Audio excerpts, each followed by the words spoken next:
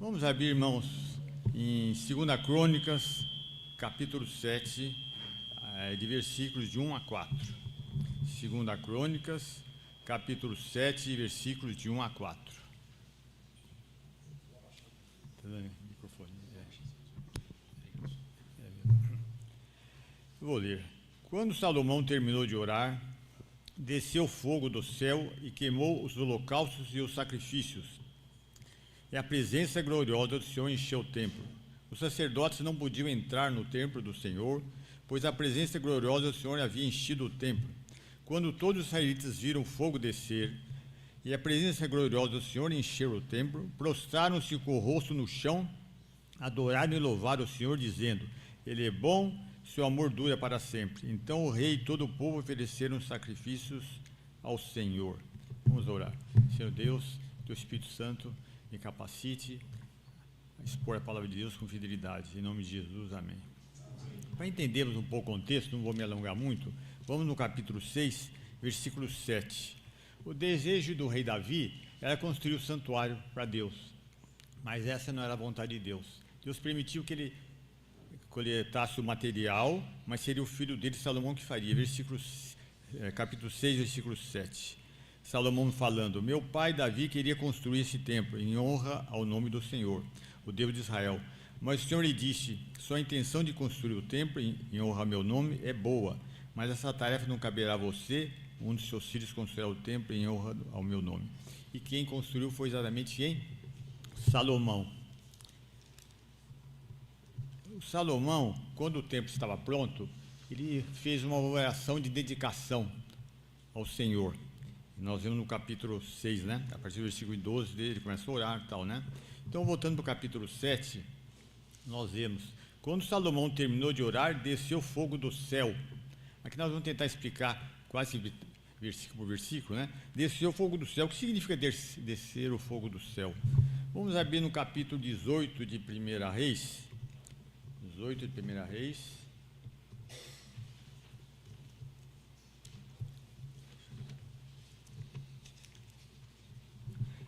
No versículo 30, para entendermos o contexto, Acabe e Jezabel introduziram idolatria lá no povo, e o povo está apostatando, né? Então Elias propôs um desafio. Falou: vocês que têm os seus sacerdotes aí, vocês façam um sacrifício, eu também vou ofertar um sacrifício também, e aquele que tiver a capacidade, o Deus, de descer fogo do céu, será aquele que é o Deus verdadeiro. Então no versículo 30 ele fala: então Elias disse ao povo: venham aqui. Todos se reuniram em volta dele, enquanto ele consertava o altar do Senhor que havia sido derrubado. Peguei 12 pés de cada tribo de Jacó, a quem o Senhor disse: teu nome será Israel. Agora no versículo 36. Na hora costumeira de oferecer o sacrifício da tarde, o profeta Elias se aproximou do altar e orou: ó Senhor, Deus de Abraão, de Isaque e Jacó, prova hoje que és Deus de Israel e que eu sou teu servo. Prova que fiz tudo isso por ordem tua. Ó Senhor, responde-me, que esse povo sabe que tu, ó Senhor, é o verdadeiro Deus. Está buscando o povo de volta para ti. No mesmo instante, fogo do Senhor desceu do céu e queimou o novilho, a madeira, as pedras e o chão, e secou até a água da valeta. Quando o povo viu isso, todos se prostraram com o rosto no chão e gritaram: o Senhor é Deus, sim, o Senhor é Deus. Esse fogo que consumiu a oferta de Elias significava o quê? A resposta de Deus aprovando o ministério de Elias, a palavra foi pregada, e aprovando o sacrifício e demonstrando que só ele era o Senhor. Então vamos voltar para o nosso texto lá de 2 Crônica. Então é sinal de aprovação, tá? Então voltando ao versículo 1, diz o seguinte: quando Salomão terminou de orar, desceu o fogo do céu e queimou os holocaustos e os sacrifícios. Em outras palavras, Deus estava demonstrando, respondendo, que estava aprovando a oração e dedicação dele, a construção do templo e os sacrifícios também. O que mais nós vemos aqui, hein? Queimou os holocaustos e sacrifícios, e a presença gloriosa do Senhor encheu o templo. Os sacerdotes não podiam entrar no templo do Senhor, pois a presença gloriosa do Senhor havia enchido o templo. Isso já aconteceu antes, essa manifestação tão intensa da presença de Deus. Nós vamos abrir lá em Êxodo capítulo 40. Êxodo capítulo 40, nós vamos verificar isso. que Moisés teve esse tipo de experiência. Quando Moisés terminou a construção do tabernáculo, de acordo com as orientações do Senhor, que Deus deu, como é que Deus respondeu? E ele não só terminou o tabernáculo, mas ele havia ofertado ao Senhor também algum sacrifício, né? Então diz aqui no versículo 33 de Êxodo 40, Moisés pendurou as cortinas que cercavam o pátio ao redor do tabernáculo e do altar e colocou a cortina à entrada do pátio. Assim Moisés finalmente terminou o trabalho. Então a nuvem cobriu a tenda do encontro, ou da congregação, conforme a versão, e a glória do Senhor encheu o tabernáculo. Moisés não podia mais entrar na tenda do encontro, pois a nuvem sobre ela e a glória do Senhor a enchia. Interessante, semelhante à experiência lá que Salomão teve. Era tal a manifestação da glória de Deus, que o próprio Moisés, que estava acostumado a se relacionar com Deus, teve muita experiência com o Senhor, ele não conseguia entrar. É o que nós chamamos de a nuvem da glória do Senhor, que os estudiosos chamam de glória Shekinah. Essa palavra Shekinah significa brilho, resplendor. Interessante que essa nuvem continuou, veja no versículo 30 do capítulo 40 de Êxodo, e sempre que a nuvem se levantava de cima do tabernáculo, os israelitas seguiam a viagem, mas se a nuvem não se levantava, permaneciam onde eles estavam, até a nuvem se elevar. Durante o dia, a nuvem do Senhor pairava no ar, acima do tabernáculo, e à noite o fogo ardia dentro da nuvem, de modo que o povo de Israel podia vê-la.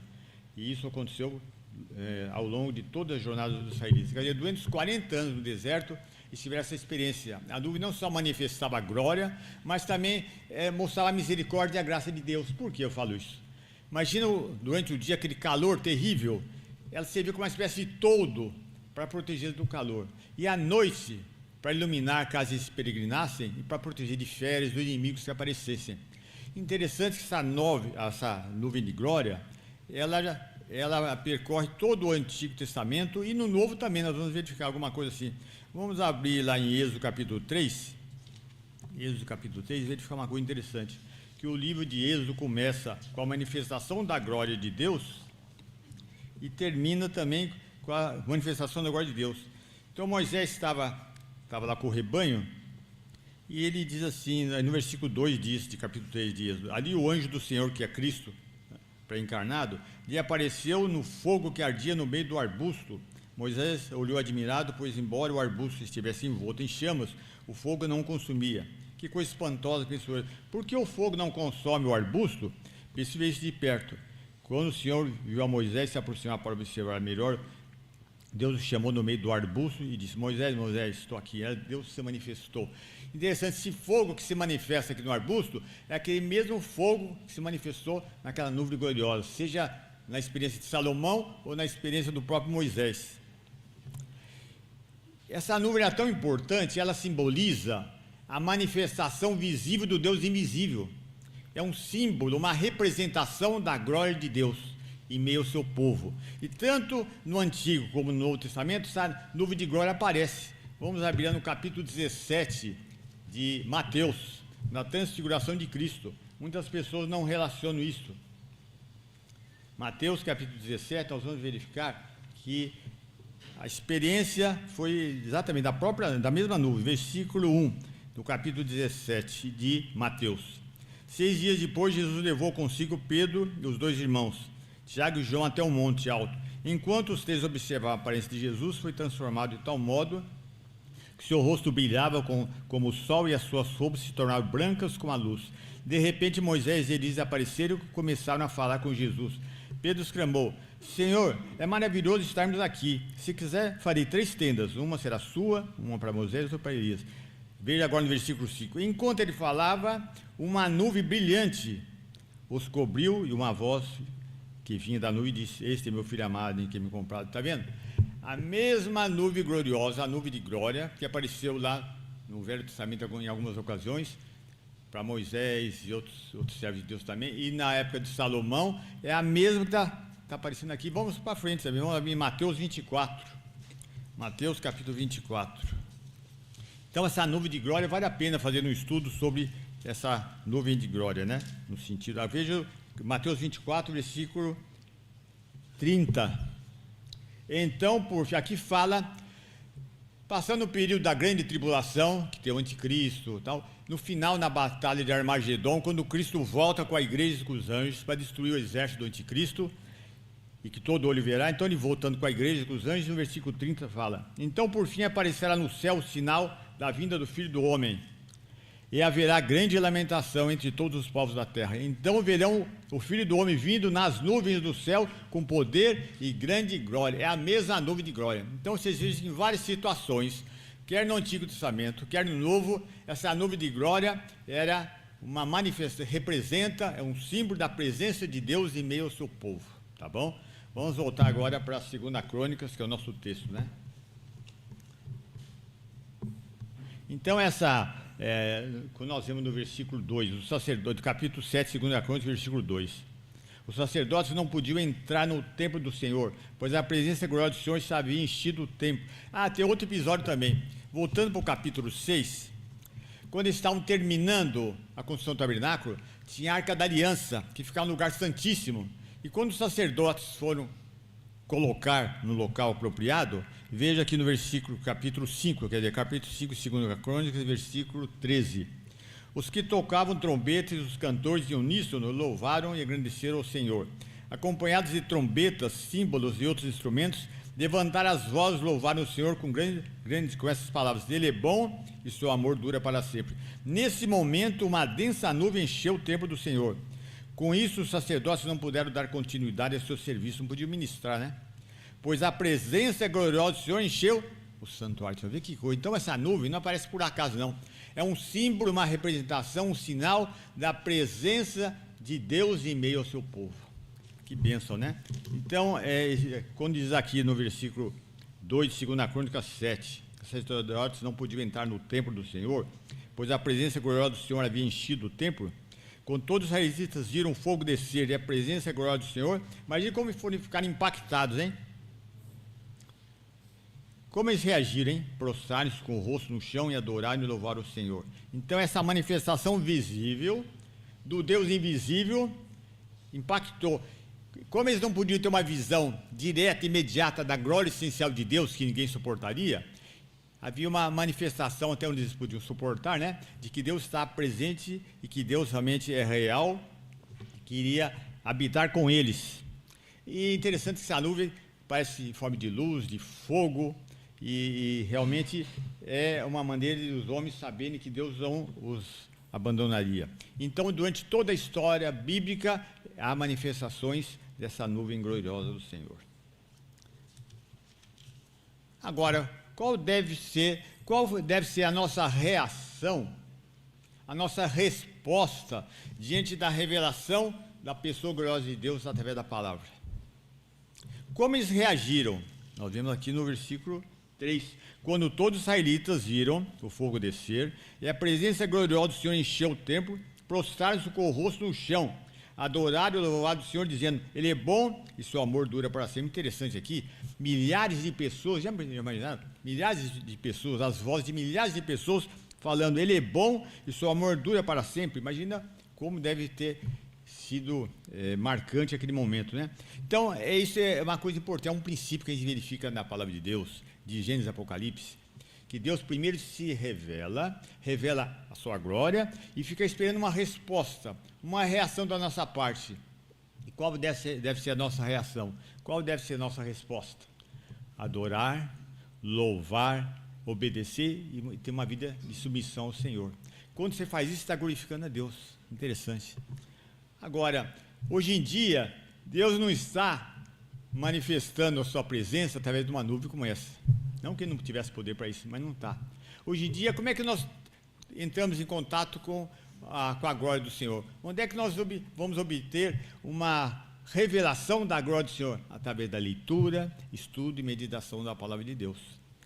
E uma coisa que eu queria frisar agora, que eu lembrei agora de manhã, é o seguinte: numa época de tanta incredulidade como a nossa, que as pessoas acham que a Bíblia está cheia de lendas, de mitos, é importantíssimo nós crermos que no tempo e no espaço da história, esses eventos ocorreram.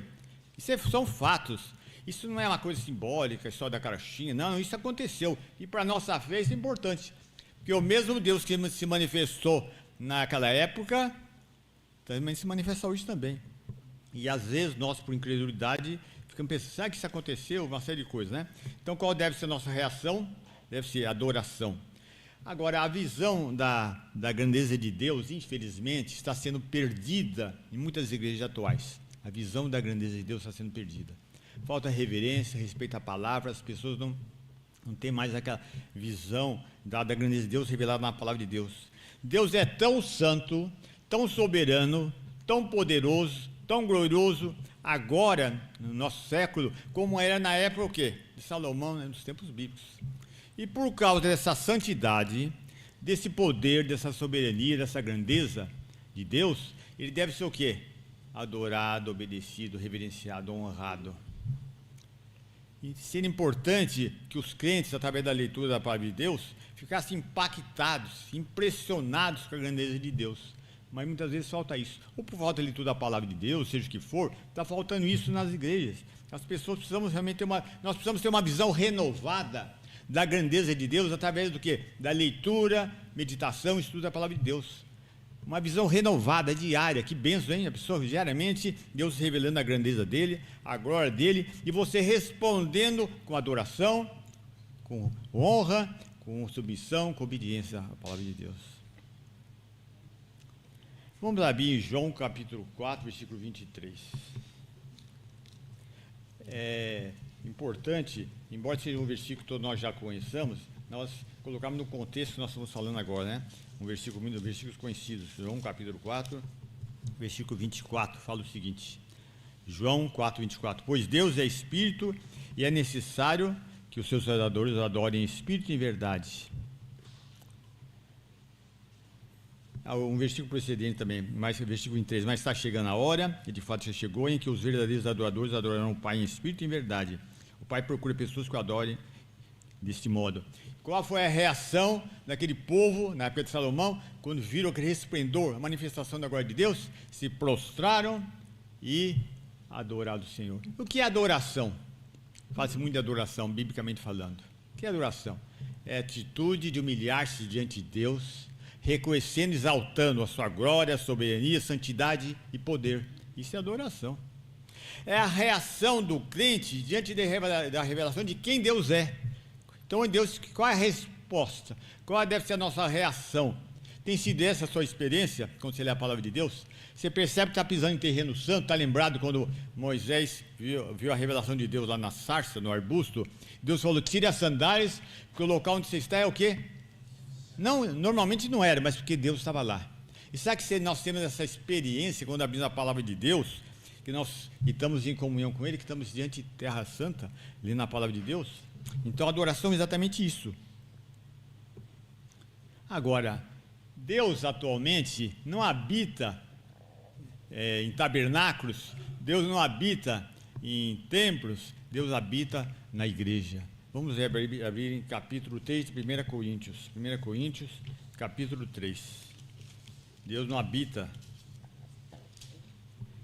1 Coríntios, capítulo 3, versículo 16.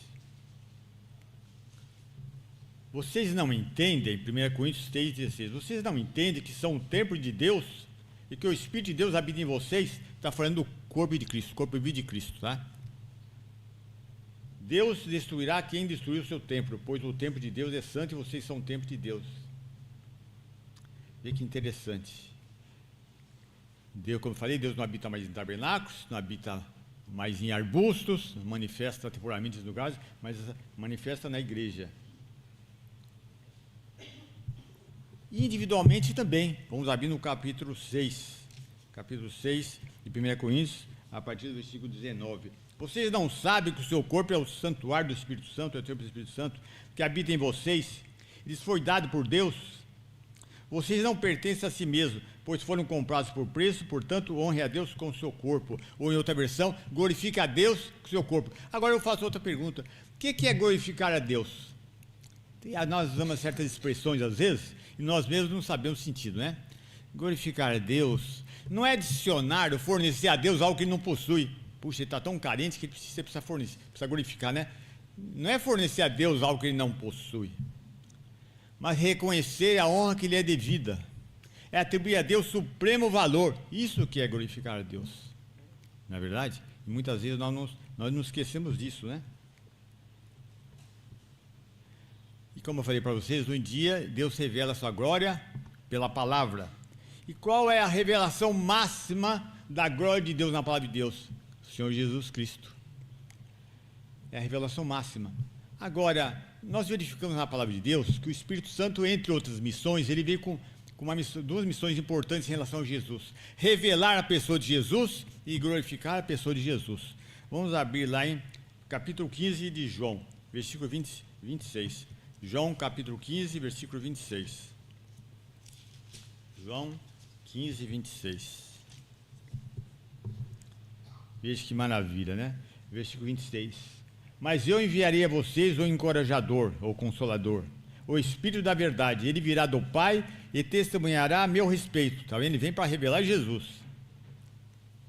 E vocês também devem ser testemunhas a meu respeito, porque estão comigo desde o início. Agora, vamos para o capítulo 16, versículo 15, versículo 13.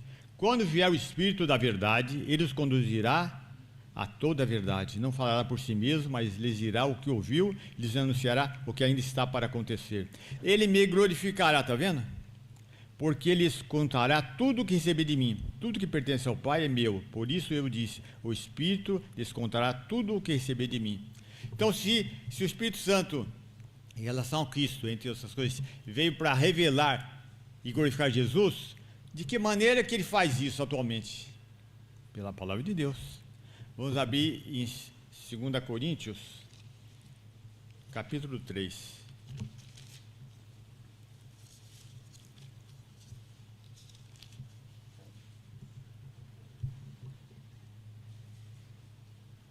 Versículo 18.